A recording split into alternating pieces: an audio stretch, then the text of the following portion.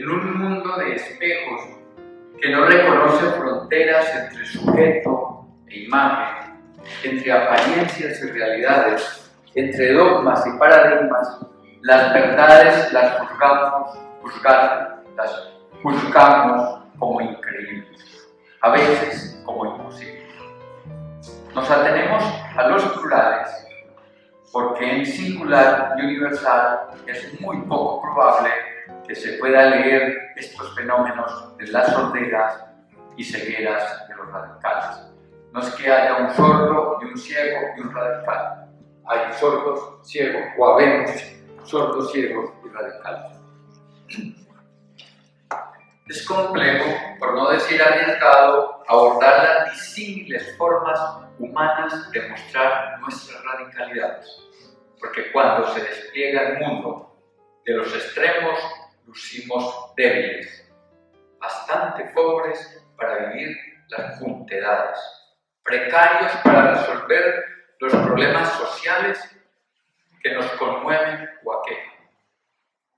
Se insisten en libros poéticos, jurídicos, sagrados, políticos, científicos y hasta filosóficos para confrontar nuestras radicalidades, siendo algunos de estos textos radicales en sí, ciegos y sordos en lo que atacan y en lo que proponen resolver.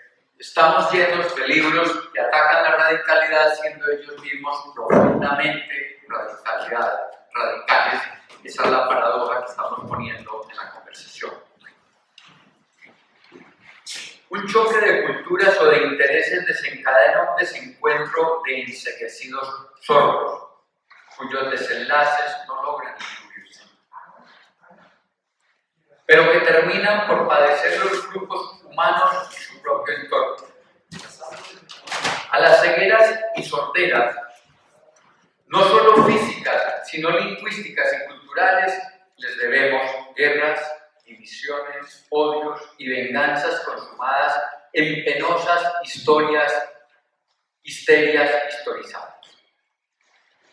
Yo pienso los radicales y encuentro que el radical deviene del latín, que quiere decir algo que permite afianzar, fijar, sostener y no facilitar la movilidad de una planta o un objeto, porque hunde sus bases en las profundidades.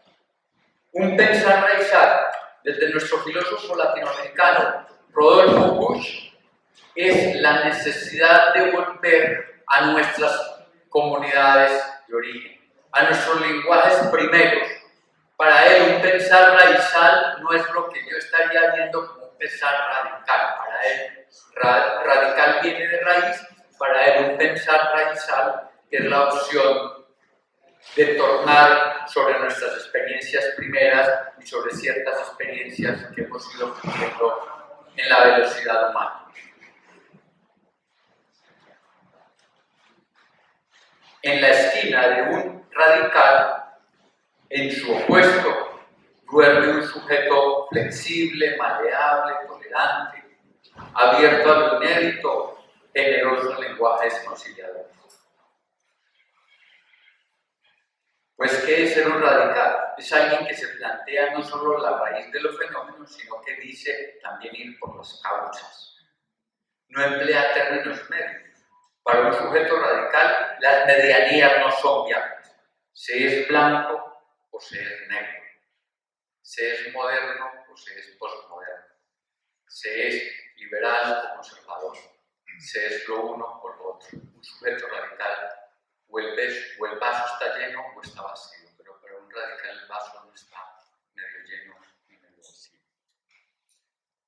Un radical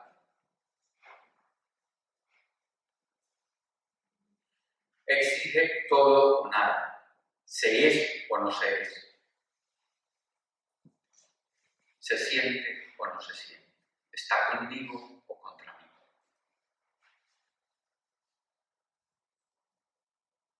Un radical puede ser intransigente, necio, terco, ortodoxo, dogmático y paradigmático. Un radical cree que los equivocados son los demás. A él no lo entienden porque es un sujeto adelantado a su tiempo. Hay mucha gente que le dice a uno es que yo estoy haciendo un discurso para el año 2200, pues yo lo felicito, pero no lo tenemos ahora. Nosotros a veces necesitamos discursos de presente. Los radicales dicen que son algunos radicales que son adelantados a su época, por tanto no somos capaces de leerlo, porque los que estamos ahora somos muy tonticos. O simplemente porque los demás lo invisibilizan. Algunos textos de libros llamados sagrados bastante radicales. Voy a leer solamente 2 libros. Y esto es fundamental. Si un hombre yace con otro, los dos morirán. Levítico 20:13. Si una joven se casa sin ser virgen, morirá apedreada. Deuteronomio 22:20-21. Saca al blasfemo del campamento y que muera apedreado. Levítico 24:13-16. A los hechiceros no los dejaréis con vida. Éxodo 22:17. El Corán nos dice en su Sura 2, aleya 191, matadles donde deis con ellos y expulsadles de donde os hayan expulsado. Tentar es más grave que matar, esto es muy grave. Tentar es más grave que matar, dice esta aleya. No combatáis contra ellos junto a la mezquita sagrada, a no ser que os ataquen allí. Así que si combaten contra vosotros, matadles. Es la retribución de los infieles. Sura 2, aleya 2:18. Quienes creyeron y quienes dejaron sus hogares, combatiendo esforzadamente por Alá, pueden esperar la misericordia de Alá. Alá es indulgente, misericordioso. Sura 2, aleya 2:44. Yo me estoy mordiendo la lengua para no hacer comentarios de uno y otro. Combatir por Alá y saber que Alá todo lo oye, todo lo sabe. Sura 3, aleya 169. Y no penséis que quienes han caído por Alá hayan muerto. Al contrario, están vivos y sentados junto a su Señor. Sura 4, aleya 74. Quienes cambian la vida de acá por la otra, combatan por Alá. A quien, combatiendo por Alá, sea muerto o salga victorioso, le daremos una magnífica recompensa. Si 2 libros como estos, con tantos seguidores, albergan textos confusos en relación con la existencia del otro, y ojo con esto, y no se resignifican, no solo en su explicación, sino en su escritura misma, siempre tendremos riesgos que algún intelectual, que alguien con fuerza lingüística y política los aproveche en su beneficio para poner en guerra a las comunidades de base, para exteriorizar sus vidas ciegas y sordas. Lo que estoy diciendo aquí es muy grave. Para mí esos 2 libros tienen que reconfigurar ciertas escrituras. Porque siempre vamos a tener un intelectual que lingüísticamente nos va a enredar y nos va a hacer creer que Dios mandó a matar gente que les creen en Dios. Porque aquí está escrito. Es probable que nosotros hoy lo veamos en el Corán, pero es probable que la religión católica en 200 o 300 años vuelva y se descubre y aparezca un intelectual y nos retome todo esto que está acá. Porque son radicales con la homosexualidad, son radicales con la virginidad, son radicales en decir que al otro hay que matarlo. Uno entiende que si bajo 2 libros que mueven más de 3.000 millones de personas, siempre existirá la opción del Estado Islámico. Mañana se llamará como se llame. Siempre existirá la opción de los radicales católicos. Mañana se llamará como se llame. Porque los libros sagrados, para quien cree profundamente, no los pone en tensión. Ni siquiera duda que eso pudo haberlo escrito un hombre objeto de su tiempo. Yo sé que los intelectuales del Corán, sé que los intelectuales de las iglesias católicas lo tienen claro, que fue un momento de la época, pero eso no lo tiene claro quien no ha hecho un recorrido académico o quien no tiene. Para él esto es verdad revelada. Y para esto un intelectual o una intelectual está en condiciones de seguir moviendo y haciéndonos pensar de manera radical, porque el otro se puede desaparecer. Y no quise traer más porque son muchos. También encontré en el Mahabharata, también encontré en otra serie de libros, pero nuestros libros más cercanos a nosotros. Las religiones, por alguna manera extraña, en algunos de sus textos, valieron la muerte del otro. Y siempre aparecerá alguien que aproveche esas creencias. Por tanto, los radicales suelen ofrecer experiencias metafísicas, mundos más dignos. Hablan de libertad, igualdad y justicia con tanto detenimiento que llegan al entretenimiento. Incluso evocan estas expresiones con mayor fuerza que los ejercicios democráticos, socialistas y de libre pensadores. Yo le hice un seguimiento al Estado Islámico y ellos hablan de la libertad de una manera tan impresionante, la construcción de la libertad, que uno hasta les cree. Y así he hecho seguimiento de otros movimientos, porque hablan de libertad, igualdad y justicia. Pero lo lideran unas personas radicales que la vida de los demás no les cuesta nada. La vida de los demás no les vale nada. La vida de los demás no está hablando de políticos, sino de radicales. Los políticos pues, están en otros lugares tan empobrecidos como en estos casos. Cuando hablamos de ira, sabemos de muchas iras. Las iras divinas han sido tan complejas de comprender como sucede con las iras humanas. Ira es mover rápidamente las pasiones, un desenfreno incontrolado por asumirse, por manifestarse y dejar claro el lugar que ocupa o busca ocupar determinada persona. Los iracundos sufren de molestias excesivas por asuntos a veces irrelevantes. Necesidad incontrolable de agredir en forma física o verbal, negarse a escuchar a otra persona, insatisfacción incontenible frente a cualquier evento, sentimientos de desprecio y odio, reacciones intempestivas por situaciones menores, deseos irreconciliables de desaparecer aquello que les incomoda. La otra esquina de un iracundo es un sujeto calmo, tranquilo. Y ya cuando pensamos en las diversidades, encontramos que hace unos 70.000 años hemos aprendido a engañar y autoengañarnos. Es un proceso intelectual muy construido por la humanidad. Cuando salían nuestros antepasados y los mandaban por un venado y volvían con un venado, pero algunos venían y nos contaban una mentira, que habían visto un unicornio, que habían visto un centauro, que habían visto un minotauro, que habían visto una sirena. Y a partir de esa capacidad de construcción mítica de la realidad y de ellos contarnos, creamos un mundo paralelo. Ya no era suficiente encontrarse el venado, había que contar que se habían visto otras cosas. Y apareció el mundo mitológico y la capacidad lingüística de recrearnos de otra manera. Eso le dio luz a los libros religiosos, le dio luz a la poesía, le dio luz a todas las estéticas. No había solamente que salir a creer, había que crear mundos paralelos.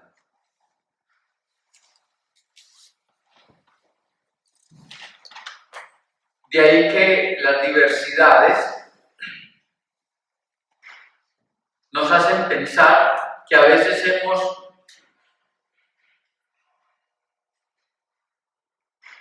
que para liberarnos de la familia creamos una familia. Que para liberarnos del poder nos tornamos en poder. Para liberarnos del jefe nos convertimos en jefes. Para liberarnos de la tristeza creamos una organización sobre la tristeza. No sea que por liberarnos de la exclusión y la homogenización generemos una máquina de control que todo lo reduzca a la inclusión y a la diversidad. Diversidad es lo que tenemos al frente, a las espaldas, a los costados, en los arribas, en los abajos, en las profundidades de nuestros seres y de nuestro sistema mundo. Dice González en este librito que solemos confundir diversidad con diferencia. La diversidad es la mira pública, es la mirada pública, abierta de lo que encontramos en las culturas o por fuera de ellas, donde coincidamos o no. La diferencia es nuestra manera particular de comparar, seleccionar, estratificar y relacionar. Es posible que del diferencialismo, hayamos establecido una ruta para llegar a la diversidad. La diversidad es un adjetivo o sustantivo lo que no ha permitido activarla ni comprenderla más allá de las adjetivaciones y sustantivaciones. En ese sentido, se propone el diverser y el diversar. Cuando proponemos el diverser, es que entendemos que hay una diversidad en cada uno de nosotros para relacionarnos, que internamente somos una diversidad descomunal, como que hoy nos gusta algo, como que más tarde no. Y eso lo nombro como el diverser. Y nombro el diversar mi capacidad de encontrarme al afuera con el otro. El cómo el afuera a mí me sucede de otra manera. Lo vuelvo a decir. Para mí el diverser son todas mis emocionalidades. Y el diversar son todas mis racionalidades. Que a veces las puedo ocultar, que a veces no, pero son lugares que nos ponen a pensar que entonces no es diversidad en singular ni diversidades en plural, sino diverser y diversar, no diversidad. Es lo que estamos proponiendo en un libro que se llama Aprender a Vivir. Y cuando hablamos de inclusiones y exclusiones, pensamos que nosotros incluimos excluyendo. Lo que quiero decir con esto en el libro es que la expresión inclusión no es capaz de nombrar lo que ella quiere nombrar. Y que el lenguaje incluir es insuficiente para lo que él quiere pretender hacer. Como la palabra gracias es insuficiente para uno quedar incluido cuando le dicen gracias, si no te dicen solo muchas gracias, verbo muchas gracias. Como que uno no queda ahí. Es posible que hay palabras en el español y en nuestras lenguas que ya nos quedaron pequeñas para nombrar lo que quieren nombrar, como la palabra paz, como la palabra reconciliación. Tal cual veo que nos está ocurriendo con inclusión, porque incluimos exclusión. Si incluyo los profesores, excluyo los estudiantes. Si incluyo estos, excluyo los otros. Incluyo excluyendo. Es como aprendimos, es como el lenguaje españolizado llegó. Españolizado, porque tenemos lenguajes de comunidades indígenas que la palabra incluir no existe.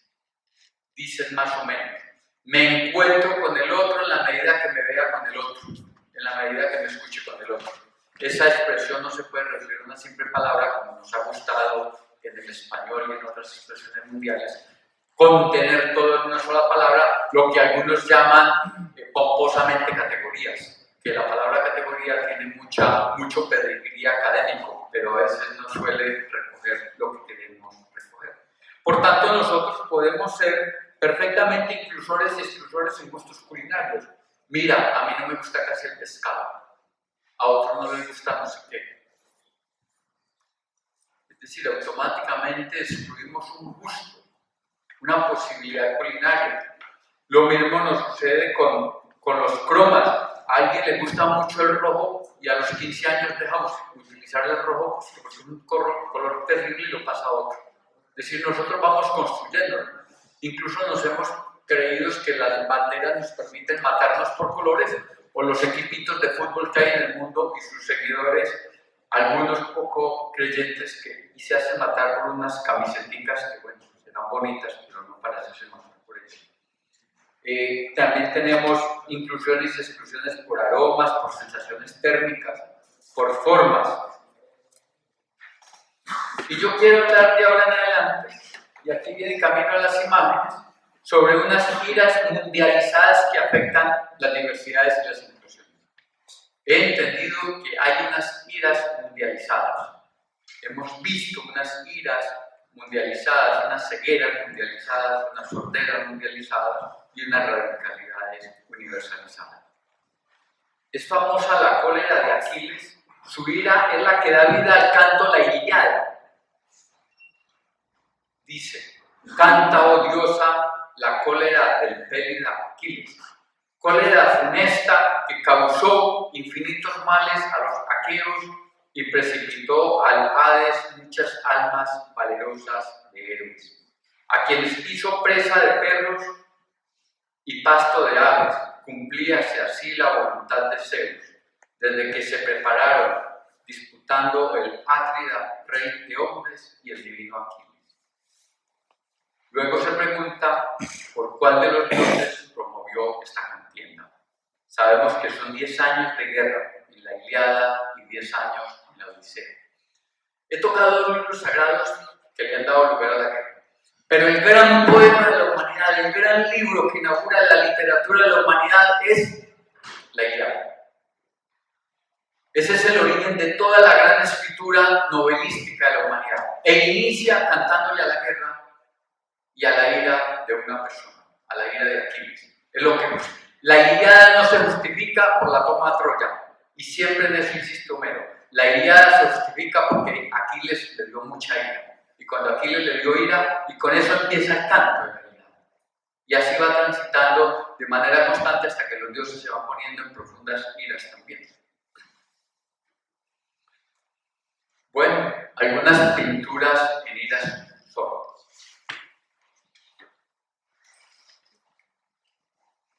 Pradilla, que es de aquí de España, en 1874, esta pintura está en el Museo del Prado, para quienes quieran ir.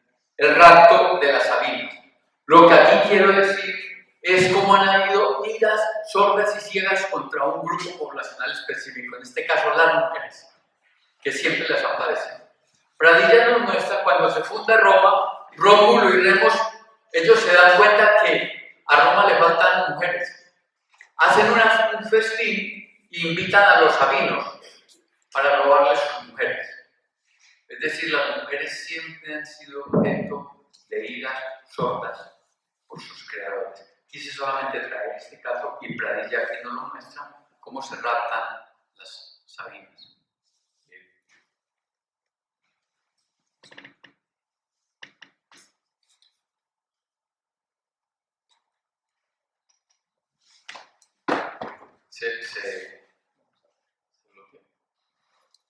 Perfecto. Si han habido iras mundializadas contra las mujeres, que ya lo vimos en diferentes lugares, que son el lugar de la provocación, de lo que ustedes quieran, y que les siguen padeciendo iras en diferentes lugares del mundo y de diferentes maneras, pues hemos encontrado que hay otro grupo humano que siempre las ha tenido que padecer, los negros. En esta pintura que nos trae Leclerc, un francés, en 1964, que la tituló KKK, este es el Ku Klux Klan, que es un movimiento que se crea en 1865, justo para atacar comunidades afro. Y aún hoy ese movimiento existe, les quiero decir. No es que el Ku Klux Klan haya desaparecido, de movimientos radicales para atacar en este caso negros, homosexuales y otros grupos religiosos que existen. Y siempre le han dicho a Trump por qué no es capaz de decir que este movimiento es lo que es. Y Trump todavía no ha sido capaz de levantar la voz de manera firme con el Ku Klux Klan, como por decir. Es decir, movimientos radicales dedicados a desaparecer el otro. Esta es una pintura que nos pone en esa pregunta por las radicalidades con los negros, así como en la otra en las radicalidades por las mujeres. Por ejemplo, nada, algo que bien. Los indígenas son otros grupos que han sufrido radicalidades de mucho orden. Yo no quiero hablar de los indígenas latinoamericanos, que sabemos lo que pasó, pero quiero decirles lo siguiente. Que encontramos que ni siquiera, esta es una pintura de Lindó que se llama el viaje de las lágrimas, de los cherokees norteamericanos, una comunidad indígena. Siempre se ha dicho que en América Latina los españoles y las colonias mataron a muchos indígenas. Pero cuando me di a la revisión, me di cuenta que cada uno de nosotros en América Latina hemos erradicado a los indígenas de manera más violenta que los españoles mismos. Y encontré miles de casos. Solamente les voy a citar 2 casos de América Latina. Para que no sigamos diciendo que esto lo hicieron los españoles, es que nosotros en Colombia, en la zona del eje cafetero, los antioqueños desaparecimos todos los indígenas. Busquen esto. Y los mandamos a las peores tierras. Y eso lo hicieron nuestros bisabuelos antioqueños. Ellos están en las peores tierras, no lo hicieron los españoles, lo hicimos nosotros en los años pasados. En Argentina encontré, en Chile, en México, pero en Argentina encontré los siguientes casos. 1927, asesinaron a cerca de 700 indígenas indígenas en lo que se llama la masacre de Napalquí, el gobierno argentino, por una protesta que ellos habían establecido. En 1947 se conoce como la masacre de Pilacá, realizadas por fuerzas leales a Domingo Perón, que en Argentina los Perones son como dioses todavía. Perón ordena esta matanza de más de 2.000 indígenas. Apenas en el 2005 se dieron cuenta de esta matanza. Como era un poder, estuvo oculta todo el tiempo. Entonces, las persecuciones contra indígenas después de lo que pasó ha sido propiamente por unas radicalidades políticas muy propias en América Latina. Tenemos en África y en otros lugares, pero yo quiero hablarles de lo que a nosotros nos corresponde y está más cerca. Y esta que los hacen los mismos norteamericanos, no los ingleses, cuando ordenan el desplazamiento de 4.000, de más de 60.000 indígenas, y se mueren 44.000 cherokees, indígenas cherokees. Hay muchas culturas de este desplazamiento de las comunidades indígenas en Estados Unidos. Es decir, tenemos tres grupos que han sufrido miradas radicales: mujeres, negros e indígenas. Esto es como lo miran los pintores. Esta es una de acá. Janović o Janović, un pintor serbio, nos pinta la migración de los serbios en 1896. Los húngaros desplazan cerca de 30 a 40.000 serbios y se hablan entre 6.000 y 7.000 muertos en ese desplazamiento de Hungría a Serbia. Pueblos humillados y desplazados que de una manera radical ellos terminan de resolver esto ahora en el siglo XX y vuelven a conformar ese odio continuo por haber sido desplazados y lo ponen en ejecución, lo que genera el antiguo Yugoslavia que vemos ahora acá. Es decir, no solamente lo han padecido los suramericanos, las formas radicales políticas de nosotros leernos han sido universalizadas, y traigo el caso de los serbios. Jorge. Estas son las famosas cruzadas. Las cruzadas, esta es una pintura de Mamerot de 1474 y este es el cerco a Antioquía en Siria. Los cruzados convencidos, o algunos católicos convencidos que había que ser radical en su religión y que no podían compartir espacio con otras formas de. Las cruzadas fueron otro juego.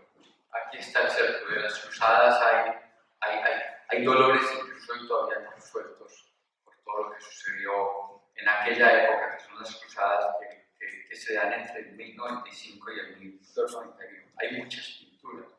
Esta es una. Quiero también destacar que no quise traer pinturas ni fotos, porque hay muchas fotos muy agresivas. Quise ver cómo la veían algunos pintores y cómo no fueran tan agresivos, porque hay pintores mucho más agresivos de estos movimientos. Como para no generar hoy, pues en lo que pasó, solamente estoy contando la historia. Esto, otro grupo social que ha padecido persecuciones de manera constante han sido los judíos.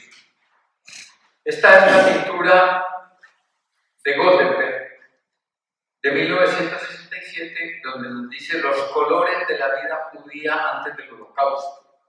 Y hay cualquier cantidad, este es un pintor que se dedicó no a pintar la tragedia, sino lo previo a la tragedia. Él dijo, le voy a dar dignidad al judío antes de Hitler. Y voy a contarle al mundo, y estamos llenos de pinturas, cómo él nos cuenta en el mundo cómo vivían los judíos antes de que apareciera el horror del horror que fuimos.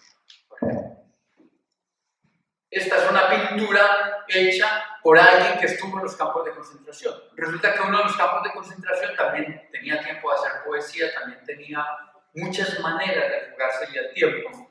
Y en esta pintura de Pavel, que la hace entre el 42 y el 45, la titula Hitler como un payaso fracasado, así lo pinta él. Él muere con su hijo y su esposa en el campo de Auschwitz, pero esta pintura la logra rescatar. Mire cómo pinta Hitler ahí. Y el subtítulo es "Se acabó la melodía". Se le ha caído la guitarra a Hitler. Ahí vemos todo lo que era Hitler. Pero Hitler era un fracasado, ya no tenía canción para cantarle a los alemanes, porque los alemanes sabían lo que estaba ocurriendo.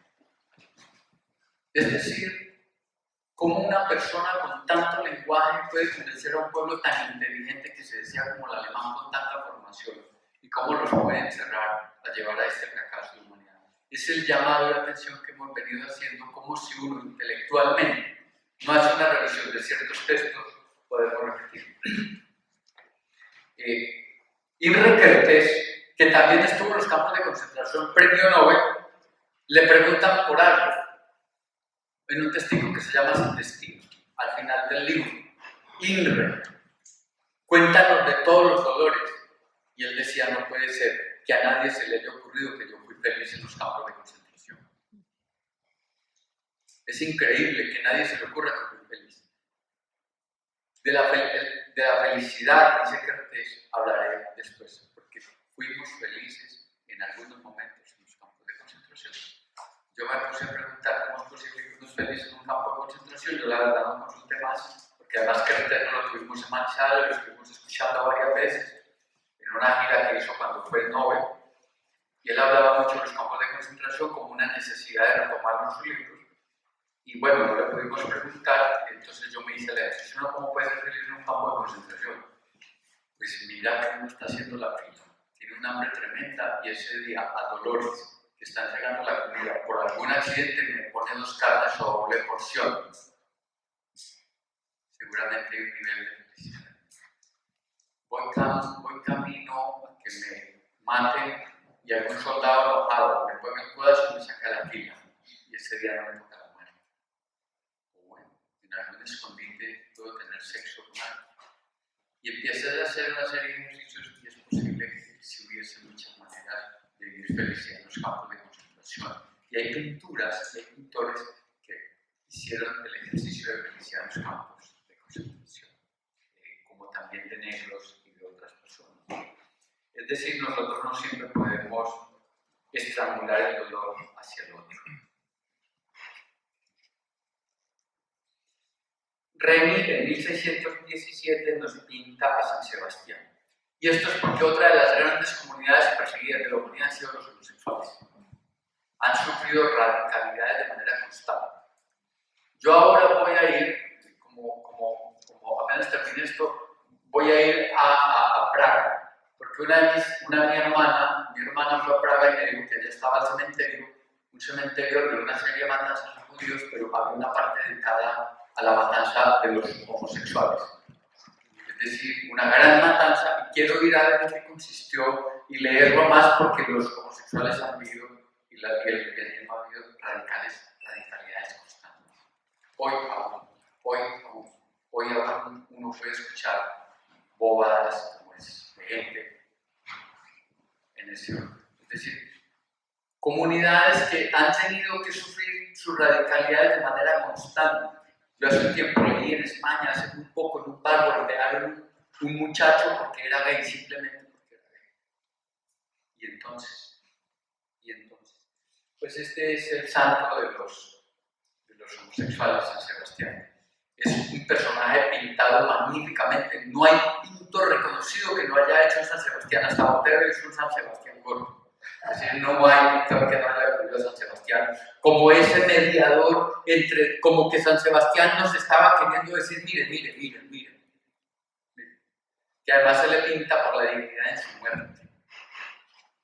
Porque también hay maneras dignas no solamente de vivir, sino de morir, es lo que nos dice San Sebastián y otras personas. Y en la homosexualidad, morir flechado, pues es muestra que hay una dignidad muy importante, lo que nos dice aquí Remy, una pintura muy... Hay muchas otras. Sigamos, por favor. ¿Se puede adelantar un poquitico? ¿Adelante? A ver si... No, entonces devolver. Bueno, sí, déjamelo ahí. Ok.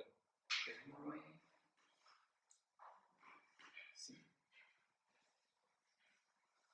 En un libro que me regaló Fernando Valero, que se llama La Casa de los Intelectuales, Pepe González Monteagudo, La Casa de los Intelectuales, de Molina, un español. hace todo un ejercicio de cómo los intelectuales han sido perseguidos políticamente en el mundo y asesinados. Y eso lo hemos vivido en Colombia de mil maneras. Esta es, y está en los que vayan a Venecia, en el Palacio Ducal. Esta es la ceremonia, si podemos llamar así, cuando juzgan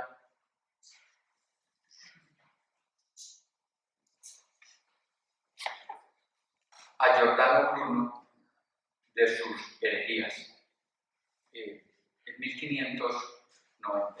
Allí está situado Colombo Bruno, pero podemos seguir buscando de manera constante. En Colombia solamente quiero resaltar uno. Los colombianos sabemos de quién hablamos, de Garzón. Pero hay muchísimo. Jara en Chile, el cantante, y otros intelectuales. Los intelectuales siempre han sido un problema para la humanidad. No solamente las mujeres, no solamente los homosexuales, pero los intelectuales en oposición. Y desde Molina entendí, desde Séneca, un recorrido por intelectuales. Y ahí pusieron a Jesús como un intelectual, porque también había sido, es decir, una serie de persecuciones. A Gandhi, por decir algo. Es decir, hemos tenido radicalidades en quien piensa diferente a nosotros. Los gobiernos, las economías, hemos sido muy radicales. ¿Usted puede devolver así, por favor? Gracias. Pero no solamente hemos sido radicales contra otras religiones, contra otras maneras. Esta es una pintura que a mí me ha llamado demasiado la atención, que es de Dubois, y se llama Representación de la Matanza de San Bartolomé. El 23 de agosto de 1572, los franceses católicos atacaron a los franceses protestantes, dejando entre 5.000 y 10.000 asesinados protestantes. 1572 en Francia. El mismo grupo religioso. Esto lo trató en Colombia magníficamente el profesor de la Universidad de Antioquia, Pablo Montoya, el tríptico de la infamia. Desde Pablo Montoya es que yo traigo esta pintura, porque en el tríptico de la infamia él tiene a Dubois. Y yo hago el seguimiento a 3 personajes que él retoma en Infamia y muestra una matanza que hace Cortés con unos indígenas allí, cuando ya los indígenas estaban domeñados, estaban con él. Listo. Imposición religiosa ya, los matan por conveniencia. Una matanza, esta matanza aquí mismo en Europa, y otra matanza aquí mismo en España, para hacernos pensar Pablo Montoya que si hay alguna marca de la humanidad ha sido la infamia. Y él lo titula El Tríptico de la Infamia. Es un libro fantástico, a través de 3 pintores que él decide tomar de manera magnífica, como lo suelen ser estos grandes personajes. Bueno, esto es una matanza entre los mismos, es decir, yo creo en Dios, yo creo en el mismo, pero usted dice que es protestante y usted dice que es del otro ladito, y pues nos matamos entre 10.000. Es decir, muchas formas radicales. Sigamos. Esta es otra forma radical. Esta es otra religión que es la radical de estos momentos, que es el Islam. Uno puede decir chistes a Jesús, uno no puede hacer un chiste con Mahoma. En 1500, la religión de las luces eran estos. Estos fueron los que tradujeron los grandes libros, y eso lo sabemos. Los árabes llegaron a nosotros, y eso nos lo contó Ángel en el recorrido, nos lo volvió a recordar. Porque los religiosos árabes eran muy lúcidos y tradujeron todos los libros de todos los grandes griegos, porque el catolicismo los tenía desaparecidos. La religión de las sombras en aquella época, que estaban en persecución de brujas y de mujeres, eran los católicos. De manera extraña, 500 años después, se invirtió. La religión católica hoy se abrió de una manera importante. Cuando a mí me fueron a contratar en la católica, el rector me preguntó: ¿y usted qué no cree en Dios, qué va a hacer acá? Le digo: no, pues es que a mí me parece que ustedes ahora son muy tranquilos. A mí me parece muy bien. Yo veo que la religión católica está muy abierta, muy inteligente para conversar con mucha gente. Yo no creo en Dios, pero creo que ustedes me aguantan y me han aguantado 4 años diciendo cosas digamos, pero uno no puede decir nada, pero mucha gente de todo radical. Y este es el caso muy conocido de Charlie. Nosotros sabemos que está diario a veces se hace. Digamos que una persona normal lo puede entender, pero yo que soy un taxista, un campesino, que estaba pasando hambre, que estoy convencido que Mahoma me va a salvar, o que Jesús me va a salvar, y me hagan una burla de una imagen, y alguien me provoque, yo puedo reaccionar de manera muy violenta. Yo entiendo a Charlie todo lo que quiere hacer, pero no se lo justifico porque mire cómo cierran cuando matan 12 y hieren 11. Ahora, en el 2015. Religión de paz, eterna, es lo que. O sea, siguen jugando con nosotros, los matan y dicen, bueno, pues, la paz eterna es la muerte. Es decir, el Islam persiguiendo a otros. Bien. Estados Unidos, que son una porquería en muchas cosas. Se toman a Irak, que es lo que presiento que quieren hacer ahora con Corea y nos tienen enredados. Yo presiento que nos tienen enredados con Corea. Que Corea no es lo que ellos están diciendo. Porque cuando Saddam Hussein nos hicieron creer que estaban llenos de bombas nucleares y que había miles de matanzas, entraron allí y no han podido encontrar nada, y el país no lo han podido organizar los gringos estos, porque no lo necesitan organizado todavía. Esta es la significación que nos hace Botero de Abu Ghraib. Botero dice que lo que hizo Estados Unidos en esta prisión no tiene nombre, porque ellos son el dueño del mundo. Hacen humillaciones de todo orden a los reprimidos. Impensado que lo puedan hacer ellos. Botero no lo trajo. Presos iraquíes. Hay dos muertes que a mí me han dolido que muchas otras. Michael Jackson, que me parece que la muerte del médico sobre el médico, un médico lo recibe, un médico lo mata y un médico le convence que hay que cambiarse de color. Osama Bin Laden, porque siempre fue usado por los norteamericanos y por los rusos, y cuando debieron matarlo, lo mataron. Y cuando murió, yo hice un texto cuando se le parte el cuerpo a Saddam Hussein, porque también había sido víctima de un imperio. Y después van a encontrar que los 10.000 muertos, las 10.000 fosas de Saddam Hussein nunca la encontraron, nunca encontraron las explosiones nucleares, nunca encontraron nada. Y hoy quieren lo mismo con Corea. Es revisar todas estas radicalidades de querer avanzar en el mundo. Estas son todas las pinturas que Botero hace en torno a estas imágenes. El monstruo del perro que es Estados Unidos, el monstruo, esa sinvergüencería, esa máquina que es Estados Unidos. ¿Cómo puede ser que después de que tiene reducido ese pueblo y humillado a los presos les hace lo que les hace? Y él dice que con eso está representando a los presos de Guantánamo, otra serie de presos que hay en Estados Unidos terriblemente tratados.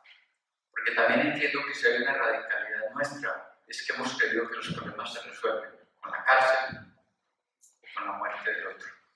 Y ahí estamos bastante pobres. Yo creo que ahí nos está faltando mucha capacidad lingüística a todos nosotros de creer que todo se resuelve con cárcel y con muerte. Creo que hay un fracaso de humanidad. Hay tanta gente en la cárcel hoy como con qué llenar ciudades tan grandes como Madrid en el mundo. Algo. Creo que hay cosas por resignificar y por pensar en los resortes humanos, y un asunto por pensar es si las cárceles realmente se pueden para oficinas.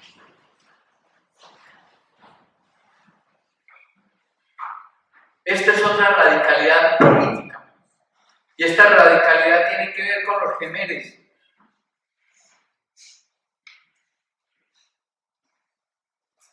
Pol Pot y los Jemeres Rojos asesinaron 1.700.000 personas entre el 75 y el 79 y siguieron haciendo cosas. Esta pintura es de Nara, de 1980. Dice, aula de clases convertida en prisión. Esta es la pintura. Tiene muchas otras, muchísimas otras muy desgarradoras. De lo que y aún siguen haciendo en este país y en otros lugares. Radicalidades políticas. Se justifican. Radicalidades políticas. Radicalidades. Hay otra radicalidad política, por favor. Gurtasian, que es un armenio estaba supuesto a venir a hablarnos mañana. Este profesor lo conocimos porque él ha querido generar en el mundo toda una mirada sobre el genocidio armenio. En 1915 se inaugura el genocidio armenio. Más de 2 millones de armenios matados por los turcos de manera inclemente, simplemente porque eran armenios. Y empieza la gran matanza. Esta es una de las pinturas que nos hace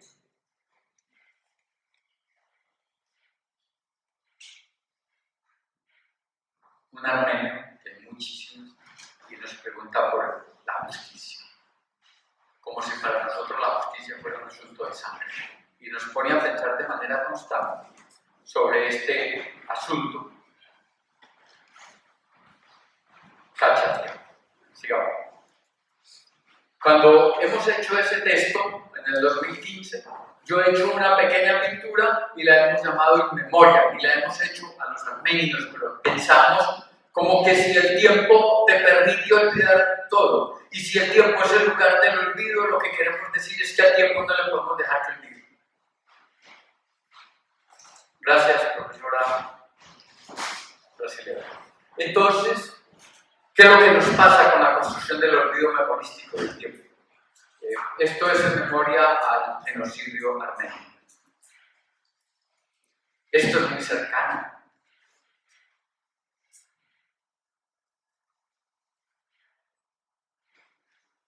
Este es el genocidio de Ruanda. Entre el 61 y el 94, más de 1.200.000 integrantes de los Tutsis son asesinados.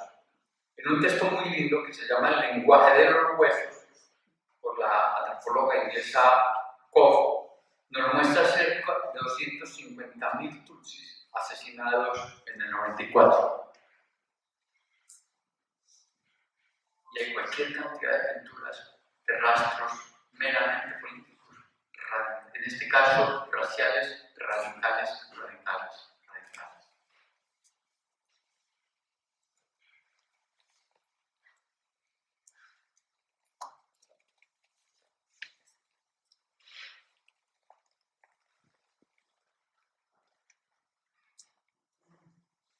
Socha nos habla y nos hace una pintura sobre que se llama la Primera Guerra Mundial y el Sarajevo actual. Y nos pone en condición, la Primera Guerra Mundial se da por la matanza del archiduque en Sarajevo. Y Europa muestra lo pobre que es para resolver los problemas cuando se le desintegra la antigua Yugoslavia y permite que en sus propias narices ocurra lo que ocurra en la división. Y ella nos pone en una serie de búsquedas por la Sarajevo actual y por ese genocidio. Entre el 91 y el 2001, que es la gran pena del mundo y de Europa, 140.000 asesinatos y 4 millones de desplazados. Yo tengo amigos yugoslavos viviendo en estos momentos en Australia, en Canberra, en varios lugares. Por muchas maneras los conocí y no han podido regresar a su país. Como que una condena cuando uno sale es que cuando regresa a su país no lo encuentra. Como que no encuentra lo que encuentra sus cosas.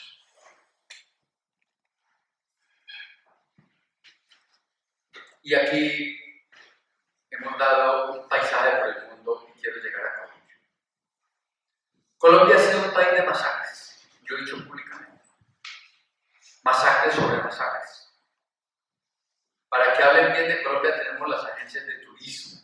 Para que hablen que Colombia es un país muy lindo tenemos otras sinvergüenzadas. Pero para darnos cuenta quién es Colombia y por qué Colombia no está donde necesitamos que esté, estamos nosotros. Y denunciarlo públicamente. En Colombia las masacres se volvieron un estilo de vida.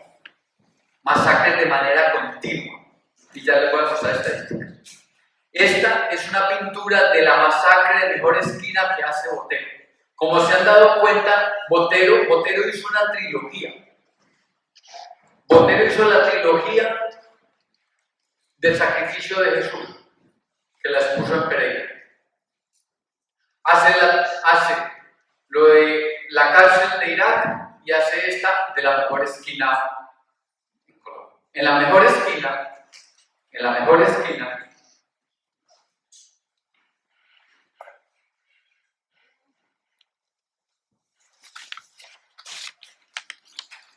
año 88, unos grupos de autodefensas hacen una fiesta en Córdoba e invitan a una serie de vecinos. Cuando ya están un poco borrachos, algo parecido al rapto de las Sabinas, deciden matarlos a todos. Dice que porque son guerrilleros. Mueren 27 personas, entre niños y todo, campesinos. Algunos de ellos evidentemente eran guerrilleros. Pero es donde se abre abiertamente el apoyo del Estado a los grupos paramilitares. Y se crean las matanzas horrendas en adelante, de otra serie de matanzas. Les cuento lo siguiente. 2.252 masacres se han registrado en Colombia, con 13.268 muertos, 1.100 masacres creadas por grupos paramilitares en los últimos 30 años. Es la realidad colombiana. Estas estadísticas, sigamos por favor, están acá. Está en la guerra colombiana. Está en la guerra que unos políticos colombianos siempre nos negaron que existía. Está en la matanza con números clarísimos. Abandono. Resulta que con los diálogos de paz se creó el Museo y el Archivo de Memoria e Historia en Colombia. Y esto es actualizado porque parte de los diálogos de La Habana obligaron al Estado que nos contaran cómo estaba el asunto. Porque un señor que se llama Uribe se empecinó que esto no existía, que los muerticos eran de otro orden, muerticos. Como si una sola persona que muriera fuera un muertico. Tenemos abandonos o despojo forzado, 5.000, actos terroristas o atentados, 96.000, amenazas, 360, radicales. Delitos contra la libertad sexual y todo eso, 23.000. Desaparición forzada, 167.000. Desplazamiento forzado, 7.200.000. Homicidios, desde el 54 hasta el 2017, 1.991.000. Minas antipersona, 11.000. Secuestros, 36.000 personas. Sin información, 124. Tortura, 11.000 casos. Vinculación de niñas y niños, adolescentes, 8.000, los que se conocen. Por tanto, estamos hablando, uno entra a la página y esto está así. Víctimas, 8.227.000. Eventos de violencia, 9, casi 10 millones. Pues resulta que esta población afectada es menos, Australia tiene menos gente que esta población afectada. Israel, Suiza, Uruguay, Paraguay, Eslovenia, Dinamarca, Noruega o Croacia son ejemplos de países que tienen menos población que este. Más de 100 países tienen menos de 8 millones de personas que han padecido de actos de personas ciegas, sordas y radicales en términos políticos en Colombia. Porque la guerra en Colombia nunca fue religiosa, fue meramente política, construida y especializada en el campo político. En una cosa que yo denominé las tecnologías del desplazamiento bien pensadas y elaboradas en Colombia. Entonces, en el pensar radical, en las formas radicales del mundo, yo quise sentarme. Y gracias a los diálogos de paz en Colombia, pudimos encontrar estos datos. Gracias a que hoy tenemos 10.000 personas menos asesinando, podemos pensar de otra manera. ¿Cómo es posible que 47 millones de personas no hayamos tenido los lenguajes para darnos cuenta de esto? ¿Cómo es posible que 47 millones de personas le estemos creyendo que los problemas se resuelven asesinando o metiendo a la cárcel a otro? ¿Cómo es posible creer y no ver otras formas de estar entre nosotros? Hablo de Colombia, cada uno lo trabajará. ¿Cómo es posible que haya grupos radicales en países como este o en otros pensando que hay que hacer lo que hay que hacer, porque hay formas radicales en eso? Son tan radicales los de allá como los de acá para resolver cosas que realmente son sencillas. Mi pregunta es, ¿por no porque a mí no me guste algo me da derecho. Y ayer hablábamos y nos daban la versión de alguien y decíamos es insuficiente, necesitamos la contraversión. Lo mínimo son las 2 versiones y es muy barato. Se necesitan muchas versiones para uno tener un posible acercamiento a la realidad. Luego, expresiones radicales como jamás, nunca, no y punto, imposible, soy el único que sabe hacerlo. Socialismo o muerte de la humanidad, decía Chávez, imagínense esto. Como lo tengo claro, no se doy un milímetro de los tibios que me libren. Como estas y otras tenemos una serie de expresiones radicales que valdría la pena que miren. Con esa persona jamás estaría medicinando. Miremos las radicalidades. Ayer en la noche, cuando inaugurábamos la exposición, hablábamos de la necesidad de la amistad, de la necesidad de conservar y de ser muy buenos amigos, de la necesidad de estar con el otro, porque de manera extraña hemos sido.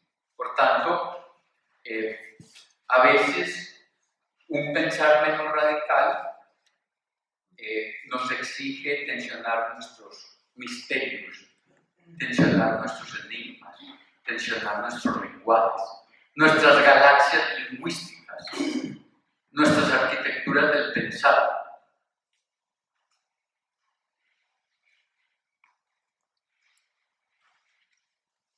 Nos demandan no autohumillarnos, ni autoflagelarnos, ni autoculparnos de manera constante, pero sí nos demanda a tomar conciencia de cómo lingüísticamente nosotros estamos siendo radicales, solamente de la palabra y de otras posibilidades.